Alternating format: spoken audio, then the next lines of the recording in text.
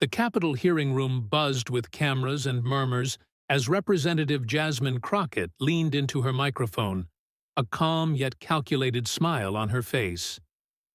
"What we need are more leaders like Kamala Harris," she said, her voice carrying across the room with performative grace. "Strong, unapologetic women who know how to carry power with dignity." There was a pause. Then her eyes shifted deliberately toward the other end of the chamber, toward Karoline Leavitt. Everyone in the room felt the subtle sting. The timing, the tone, the target. It was a surgical strike disguised as flattery. The staffers sitting behind both women exchanged quick glances. Reporters in the gallery perked up, their fingers hovering above tweet buttons, and Karoline, sitting straight in her seat, in a fitted navy blazer with a silver pin gleaming on her collar, didn't blink. She had heard that kind of jab before. Kamala Harris. The name alone had become a rallying cry for one side and a red flag for the other. And for Karoline, it wasn't about politics alone. It was about substance, experience, action over image. So when Jasmine added, "Some people could really learn a thing or two from Kamala," a few soft chuckles echoed from the Democrat side. Karoline's fingers tapped her notepad slowly. Her eyes, however, didn't move. Not yet.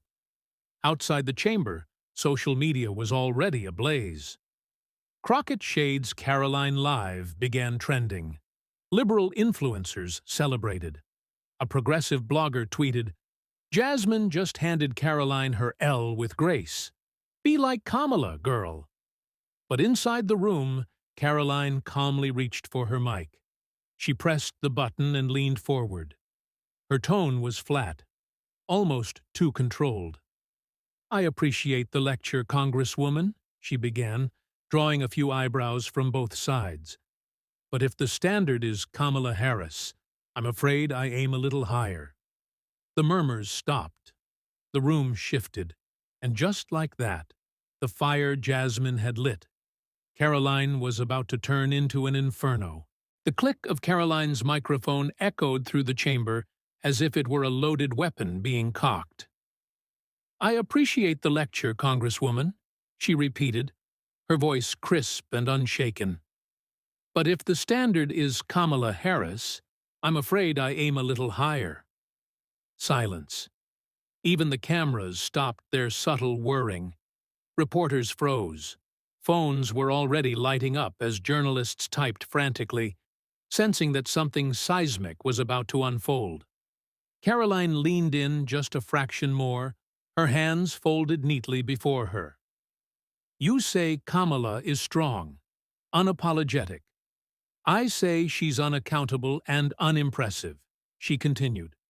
"We're talking about the woman who couldn't even survive a presidential primary long enough to make it to Iowa. The same woman who, when asked about the border crisis, laughed, while Americans suffered." A sharp gasp rippled from the left side of the chamber. Karoline's voice never rose. If anything, it got quieter, more deliberate. She talks in riddles. She avoids questions. She leans on titles and platitudes like a shield.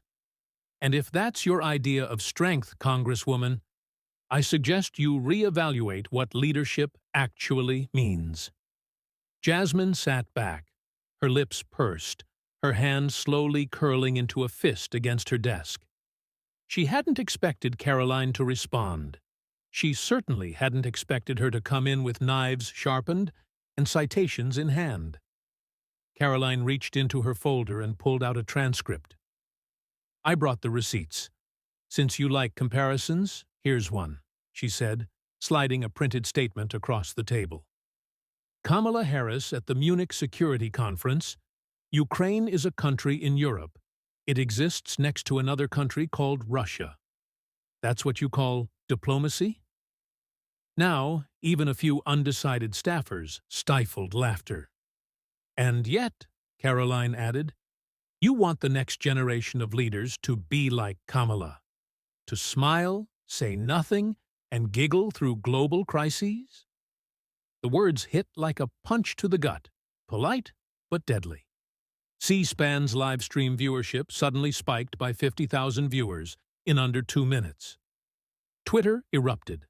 Screenshots of Karoline's stone-cold expression were already circulating with captions like, "She didn't come to play." Karoline closed her folder. "I'll pass on being Kamala. I'll settle for being competent." And with that, she sat back, her posture unshaken, her face unreadable. Jasmine opened her mouth, but nothing came out. And Karoline hadn't even raised her voice. Within minutes of Karoline's takedown, the internet lit up like a match dropped in dry brush. Clips of her response were uploaded to X, formerly Twitter, Instagram Reels, and TikTok faster than most networks could edit their lower thirds. Conservative influencers posted the moment she said, "I'll settle for being competent," accompanied by fire emojis, and the caption, "She just ended Kamala and Jasmine in one sentence." A right-leaning journalist tweeted, "Karoline Leavitt just did more in 5 minutes than Kamala's done in 5 years." Meanwhile, liberal users rallied to defend Jasmine and Kamala. One verified account fumed, "Karoline's arrogance is dangerous. Kamala Harris broke barriers, and this Gen Z press secretary mocks her with no respect for history." But Karoline didn't backtrack. In fact, she didn't tweet at all. That silence made the moment louder. By the time Jasmine Crockett walked out of the hearing room and down the steps of the Capitol, her phone was vibrating nonstop. Aides trailed behind her, visibly rattled. She wasn't used to being countered like that. Certainly not by someone who, according to her, wasn't even in politics long enough to understand the system. As cameras swarmed, Jasmine stopped, pulled her microphone closer, and made a choice. One that would take things to the next level. "I'm not surprised by Ms. Leavitt's comments," she said, eyes narrowed. "That's what happens when you're raised on internet fame and handed a title. I said we need more leaders like Kamala because Kamala has earned her scars. Karoline's just learning how to swing, but she's swinging in the wrong direction." The press ate it up. Jasmine wasn't backing down. She was going all in. Later that night, she appeared on MSNBC. With a calm, clipped tone, she laid out her case. "You can memorize numbers and transcripts all day, but you can't teach character. Kamala Harris has it. Karoline Leavitt, she's performing. And America's tired of performative politics." The battle lines were drawn. It wasn't just Kamala versus Karoline anymore. It was Jasmine versus Karoline, and both were willing to burn the bridge between them. And Karoline? She watched the MSNBC segment from her office at Fox News, sipping coffee. A staffer entered the room nervously, iPad in hand. "Ma'am," he said, "Jasmine went after you again." Karoline set down her cup. "Good," she said. "Let's give her another reason to regret it." Karoline didn't go straight to X. She didn't record a reaction video. She didn't call into a network. Instead, she walked down the hallway of the Fox News building and requested a special segment. Not 5 minutes. A full monologue. Live. The producer raised an eyebrow. "You want 12 uninterrupted minutes on prime time?" Karoline nodded. "I don't need 12. I'll take 8. And I'll bring my own script." Hours later, America tuned in expecting a rebuttal, a political catfight. But what they got was something else entirely. She opened not with anger, but with a calm line that echoed across screens. Experience is only valuable when it creates results.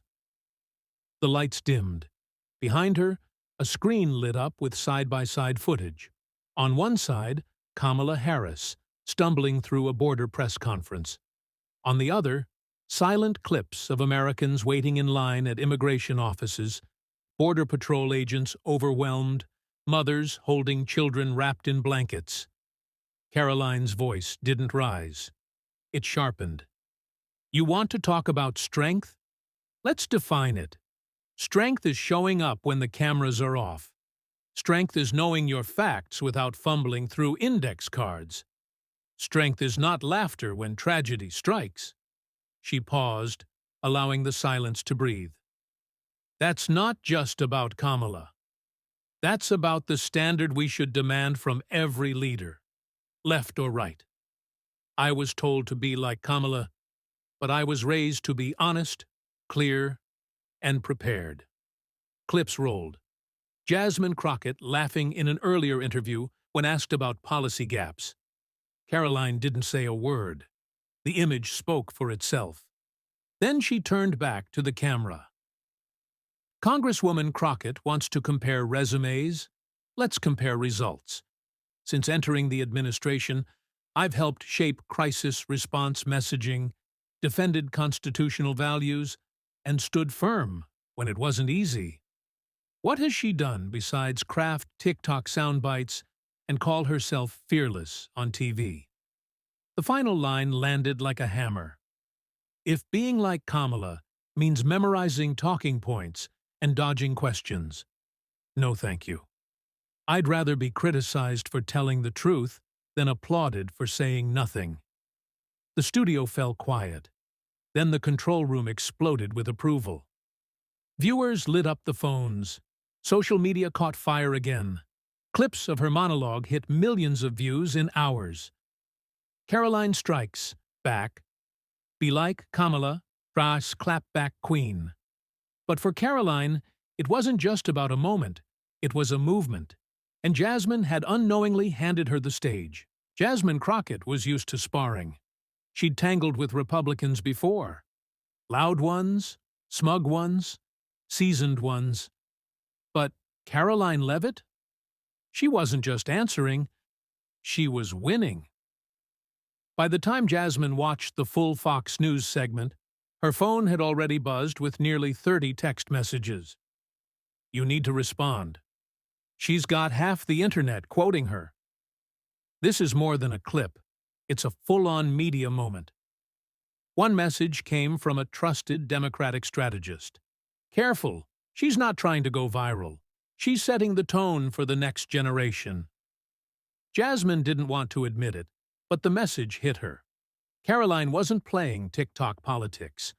She was shaping a long game, and doing it without theatrics.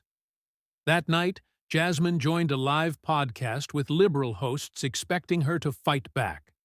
But the chat was already full of mixed comments. Karoline had a point, though. Why did Jasmine bring up Kamala anyway? Kinda weird to tell someone to be like someone else. The air had changed. The confidence she felt days before was fading. Still, Jasmine kept her cool. I don't regret what I said, she stated calmly, but her voice lacked its usual punch. Kamala Harris is a trailblazer, and women, especially women of color, should never be afraid to lift one another up. It was a good line, it got applause, but it didn't trend.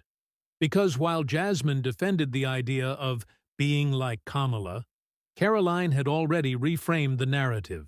Be like yourself, but be prepared, be principled, be real. And that resonated with more people than either woman expected. Even a few progressive columnists quietly admitted Leavitt's delivery was brutal, but precise. Crockett walked into that one. Back in D.C., Karoline met briefly with her communications director, who asked, "Are we pushing another response tomorrow?"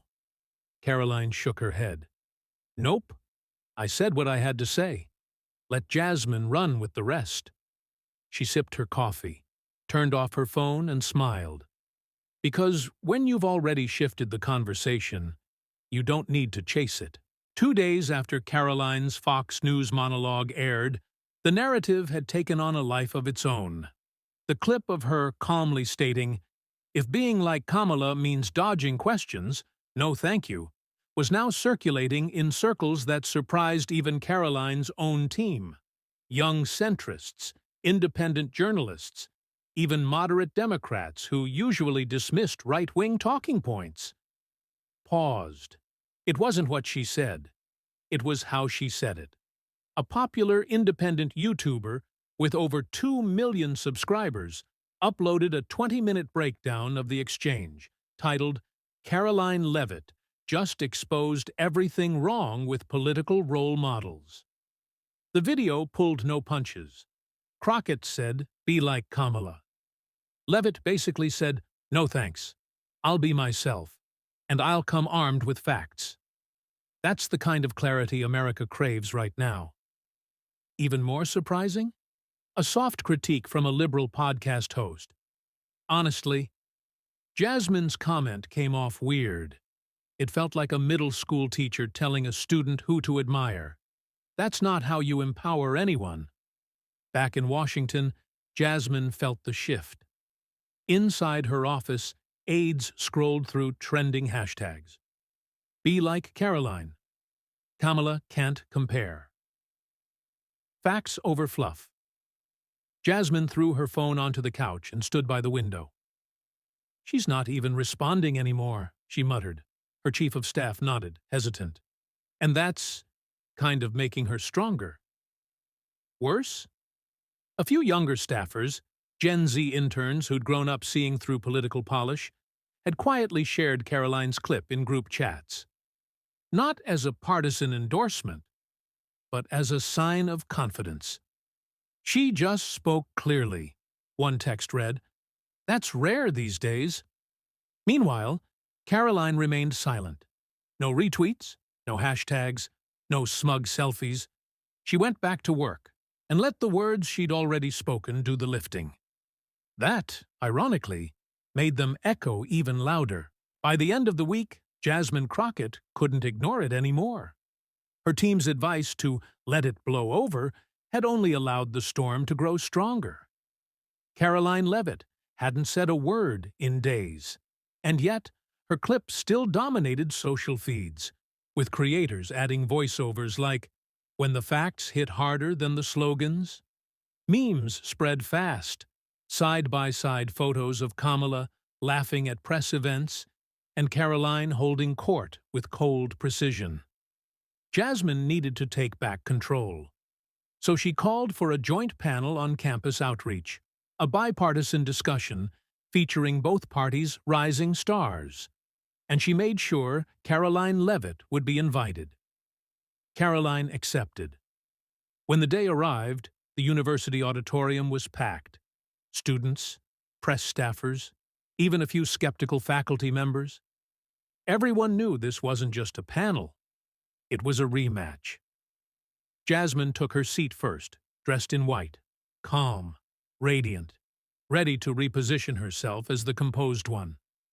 Karoline walked in moments later, tailored black blazer, silver cross necklace visible, jaw set. She didn't smile. She just nodded to the moderator and took her seat directly across from Jasmine. The moderator began with polite intros and pre-scripted questions about Gen Z engagement. Both women answered smoothly. Then came the unscripted question. A student stood up and said, "This week, the internet's been on fire. Congresswoman Crockett, you told Karoline to be like Kamala. Do you stand by that?" A quiet murmur rolled through the crowd. Jasmine hesitated, then smiled tightly. "I believe in lifting women who paved the way," she replied. "Kamala Harris shattered ceilings. And when I see young women in power, I want them to remember who broke the locks on the doors they now walk through." Polite applause followed. Then Karoline leaned forward. "I walk through doors because I'm qualified," she said flatly. "Not because someone left them cracked open for me." The room froze. Jasmine blinked. Karoline continued. "And with all due respect, Congresswoman, telling another woman who to be like isn't empowerment. It's hierarchy." I don't need a template. I need a mission. A few students clapped, not loud, but sharp. Jasmine tried to regain footing. It's not about hierarchy, Karoline. It's about honoring those who endured more. Enduring more, Karoline interrupted, doesn't give you a monopoly on credibility. It gives you perspective. But what you do with it, that's where leadership begins. Now the room fully erupted. Claps, cheers, phones out. The moderator tried to move on, but it was too late. Karoline had just redefined the moment, not by mocking Kamala, not by dismissing Jasmine, but by saying something no one expected. I don't want to be Kamala. I want to be better than Kamala, for the people counting on me. Jasmine swallowed hard, because that line wasn't personal. It was powerful. And Karoline had just taken the narrative back. Face to face, that evening, the clip of Karoline calmly stating, I don't want to be Kamala. I want to be better than Kamala, for the people counting on me, hit 1 million views on X in under an hour. The video came with subtitles, slow-motion edits, and even dramatic piano music in the background. It was everywhere. TikTok, Instagram Reels, YouTube Shorts, shared not just by conservatives, but by college students, military wives, young professionals, and even some former Democrats who whispered, "She's not wrong." A well-known independent podcast host tweeted, Karoline's message transcended partisanship. She didn't attack a person. She challenged a standard. The hashtag #BetterThanKamala trended for 2 straight days. Meanwhile, Jasmine Crockett's team scrambled. They posted short clips of her full quote, trying to reframe the context, hoping to pull back support. It didn't stick. One Gen Z influencer broke it down in a viral stitch. Jasmine told her to be like Kamala. Karoline said, "Thanks, but I'll raise the bar." And that shook everyone, including Jasmine. Inside Capitol Hill, the energy had shifted. Younger aides, usually glued to progressive talking points, were now quietly admiring Karoline's precision. Even a few moderate Democrats admitted off-record. She didn't rant, she reasoned. That's dangerous. For us. And Jasmine? She sat in her office, scrolling through the reactions. None of them called her a villain, but none of them called her right either. There was no outrage defending her. No outrage attacking Karoline. Just silence. A few hours later, her phone rang. It was a fellow member of the Congressional Black Caucus. "You okay?" they asked gently. "I'm fine," Jasmine replied, forcing a smile. But she wasn't. Not because she had lost a debate. She'd survived worse. This time, she'd been outclassed. Not by volume, but by vision. Karoline hadn't won a fight. She'd shifted a culture. In her office, Karoline sat alone, rewatching the clip only once before turning off the screen. She wasn't celebrating. She wasn't gloating. She was planning. Because she knew this was bigger than Jasmine. This was about what leadership looked like now, and who would define it moving forward. And she had just drawn the line. By Monday morning, Washington wasn't just whispering Karoline Leavitt's name, it was speaking it out loud. Her clip from the university panel was featured on the front pages of The Hill, Politico, and even USA Today, with headlines like, "The Gen Z Press Secretary Who Redefined Political Confidence." Karoline's clarity strikes a chord beyond party lines. Be like Kamala? Not anymore. Inside the West Wing, senior advisors passed the video to each other, not just to praise Karoline, but to study her. Her tone, her command, her ability to deliver a decisive blow without sounding enraged. President Trump, according to a close aide, watched the full panel clip and said only one word. Finally. At Fox News headquarters, She was being hailed not just as a spokesperson, but as a voice. "She's the next big thing," said a network executive. "Smart, strategic, and fearless without being frantic. That's rare." Meanwhile, conservative think tanks, political action committees, and donors began circling, not to use her, but to build with her. They saw something bigger now. Karoline Leavitt wasn't just a press secretary. She was a standard-bearer, a symbol of how Gen Z could rise without imitation, a sign that the next generation didn't need to follow. It could lead. But with every rise, someone else feels the fall. Jasmine Crockett's staff, once energized, now moved in slow motion. Her social media was quiet. Her supporters online were defensive, not inspired. And privately, Democratic strategists began to worry. "Kamala already has trouble resonating," said one on a late-night call. Now, Karoline made her the punchline of a generation-defining moment. Others whispered that Jasmine had unintentionally handed Karoline a gift, and she had unwrapped it with surgical grace.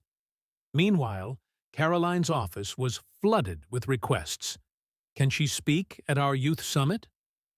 "We want her at CPAC." "She needs to do a TED Talk, ASAP." Her staff asked if she wanted to respond to Jasmine again. Karoline simply replied, "Why chase a shadow?" Instead, she met with her team to prepare a new initiative, a campaign to mentor young women in public service. Not to be like someone, but to be better than the expectations placed on them. Because the story had shifted. The narrative had changed. And Karoline Leavitt had become the one writing it. 3 weeks after the now iconic panel moment, Karoline Leavitt stood backstage at a packed youth leadership summit in Dallas. The auditorium buzzed with over 5,000 college students, journalists, influencers, and policymakers. Not all conservative, but all curious. The screen behind the stage lit up with a massive title: "Be Better." It wasn't just a slogan anymore. It had become a message stitched into the hearts of a new generation who had watched Karoline reject political mimicry and replace it with purpose. As the crowd settled, the host introduced her as the woman who reminded us that leadership isn't about being someone else. It's about having the courage to be better. Karoline walked onto the stage with slow confidence. No teleprompter, no fluff. Just a folder in her hand, and that same unwavering stare. She began softly. "I was told to be like Kamala Harris, not in private, on the record, on a public stage, and I was expected to smile and nod." She paused. The room leaned in. But I didn't nod, because I know who I am. I know who I represent. And I know that flattery is not a substitute for clarity. The crowd erupted in applause, not thunderous, but sharp. Intentional. She raised one hand, asking for quiet. "Let me say something to every young woman watching. Whether you're liberal, conservative, or still figuring it out, you don't owe anyone your admiration. You don't owe anyone your silence. And you sure as hell don't owe anyone your imitation." She closed her folder. If leadership means repeating someone else's words, then we've learned nothing. Be honest. Be informed. Be relentless. Don't be like someone else. Be better. Because the next generation deserves it. The auditorium erupted. Phones lit up. Hashtags flew again. Be Better trended for the 4th time in a month. Even some of her critics admitted, she's not just a media moment. She's reshaping what political courage looks like. Meanwhile, Jasmine Crockett kept a low profile. She declined further interviews about the incident. At a fundraiser weeks later, someone asked if she had any regrets. She smiled politely and said, "Next question." But in political circles, everyone already knew the answer. Because one sentence, meant to be a casual jab, had sparked a cultural response. And Karoline Leavitt didn't just clap back. She started a movement. And there you have it. A single sentence. Be like Kamala. Turned into a political wildfire. But Karoline didn't just clap back. She changed the conversation. She didn't raise her voice. She raised the standard. In a world full of templates and talking points, she reminded us that true leadership doesn't imitate. It innovates. So whether you admire Karoline, Jasmine, or neither, ask yourself this. Are you following someone else's path or carving your own? Thanks for watching Surprising Stories, where every episode reveals the twist that no one saw coming. If this story made you think, like, comment, and subscribe. And remember, you don't need permission to be bold. You just need the courage to be better. We'll see you in the next one. In